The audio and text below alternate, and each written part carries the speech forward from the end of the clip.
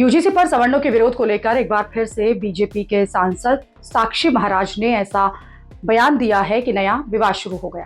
दरअसल सवर्णों को लेकर हाल ही में बीजेपी के पूर्व सांसद ब्रजभूषण शरण सिंह ने एक बड़ा बयान दिया था। ब्रजभूषण शरण ने कहा था कि दो ही खलनायक हैं, एक मुसलमान और दूसरे सवर्ण। देश के अंदर दो खलनायक हैं, मैं जानता हूँ, मेरी बात ये बहुत गहरी चोट करेगी। पहला खलनायक मुसलमान जो हमारे दादा है वही है ये, ठीक है, आप जिंदाबाद आपका। लेकिन मैं बताना चाहता हूँ पहला खलनायक मुसलमान और दूसरा खलनायक इस समय सवर्ण है, सवर्ण है, सवर्ण सवर्ण सवर्ण सवर्ण सवर्ण सवर्ण। अब इसी को लेकर ब्रजभूषण शरण के इसी बयान पर बीजेपी के सांसद साक्षी महाराज को मौका मिल गया कि वो सवर्णों को कुछ सुना सके। साक्षी महाराज ने ब्रजभूषण शरण सिंह के बयान का समर्थन करते हुए कहा कि ये बीजेपी है और जो कि जनेऊ तिलक की रक्षा करती है उसी को सवर्ण उखाड़ने में लगे हैं, तो खलनायक तो आप अपने आप हो गए। साक्षी महाराज कह रहे हैं कि मुस्लिम और सवर्ण दोनों खलनायक हैं क्योंकि दोनों को अपने हित नहीं दिखाई दे रहे हैं। कांग्रेस और ये सपा तो तब भी थी, ये सपा तब भी थी जब खुली दुकान हमारी बंद दुकान तुम्हारी, खुली दुकान हमारी, सरिया मारा पीटा जा रहा था। तो सवर्णों की रक्षा, जनेऊ की रक्षा, तिलक की रक्षा भारतीय जनता पार्टी करती है, तो उसी को आप उखाड़ने की बात करेंगे तो खलनायक तो अपने आप हो गए। इसलिए सवर्णों के हित में, मुसलमानों के हित में एक बहुत बड़ी बात आदरणीय ब्रजभूषण शरण सिंह जी ने कही, दोनों खलनायक हैं। इसलिए खलनायक के अपना हित क्यों नहीं दिखाई दे रहा? क्या सवर्ण समाज को राहुल बचा सकते? क्या अखिलेश बचा सकते हैं? जिन अखिलेश ने नारा दिया है पीडीए, उस पीडीए में सवर्ण समाज है कहीं क्या? तो ये दिखाई नहीं देता जब पीडीए में कहीं सवर्ण समाज है ही नहीं।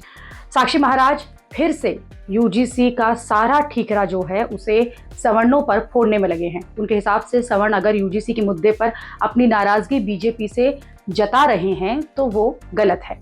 साक्षी महाराज की माने तो क्योंकि बीजेपी सनातन की रक्षक है इसलिए बीजेपी के खिलाफ कुछ नहीं बोला जाना चाहिए। इससे पहले भी साक्षी महाराज ने सवर्णों को उनकी आबादी याद दिलाकर ये कहा था कि अगर यूजीसी के मुद्दे पर ओबीसी और SC/ST जो हैं वो एकजुट हो गए तो फिर कोई भी सीएम और प्रधानमंत्री नहीं बनेगा। और अब कह रहे हैं कि राहुल गांधी या अखिलेश क्या सवर्ण समाज को बचा सकते हैं, यानी अब बात यहाँ पर विकल्प की आ गई। सवर्णों के पास तो एक ही विकल्प है और वो है बीजेपी। इसलिए सवर्णों को बीजेपी का विरोध नहीं करना चाहिए। बीजेपी तो सवर्णों की रक्षक है और अपने ही रक्षक का विरोध क्यों? साक्षी महाराज का ये तर्क है कि अखिलेश यादव तो पीडीए यानी कि दलित, पिछड़ा और आदिवासी अल्पसंख्यक की राजनीति कर रहे हैं, वो सवर्ण के विरोधी हैं। सवर्ण समर्थक तो सिर्फ बीजेपी ही है और इसी को लेकर लगातार जिस तरह से वो कह रहे हैं, उन्होंने एक इंटरव्यू में भी साक्षी महाराज ने यूजीसी के मुद्दे पर सवर्ण समाज के आंदोलन पर ये कहते हुए नाराजगी जताई कि उन प्रदर्शनों में प्रधानमंत्री मोदी और सीएम योगी के खिलाफ नारेबाजी हुई, जबकि ये दोनों ही सनातन की रक्षा में लगे हैं। साक्षी महाराज कह रहे हैं कि जिस दिन प्रधानमंत्री हट जाएंगे तो सोचिए सत्यानाश हो जाएगा। साक्षी महाराज के मुताबिक प्रधानमंत्री मोदी के लिए तो यूजीसी का मुद्दा निपटाना बहुत ही छोटी सी एक बात है। साक्षी महाराज ने तो यहाँ तक कहा कि प्रधानमंत्री मोदी तो अवतार हैं, वो धर्म की स्थापना हेतु ही आए हैं।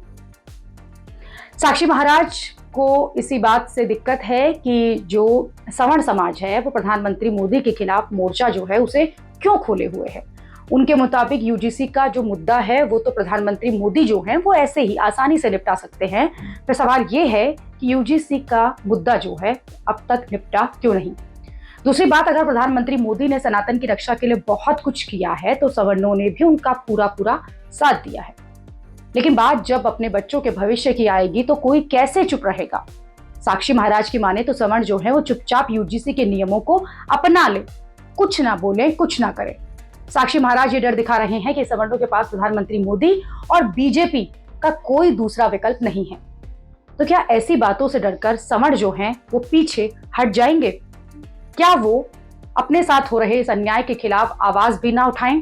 अगर प्रधानमंत्री मोदी और बीजेपी को इतनी ही सवर्णों की चिंता है तो फिर प्रधानमंत्री मोदी ने अब तक यूजीसी के इस मुद्दे पर कोई बयान क्यों नहीं दिया। बीजेपी भी खुलकर इस पर कुछ नहीं बोल रही है और जहां तक ब्रजभूषण शरण सिंह का बयान है तो शायद वो तंज के तौर पर था कि जब कोई बात हो तो उसके सबसे पहले मुसलमानों को खलनायक बना दिया जाता है और फिर सवर्णों को।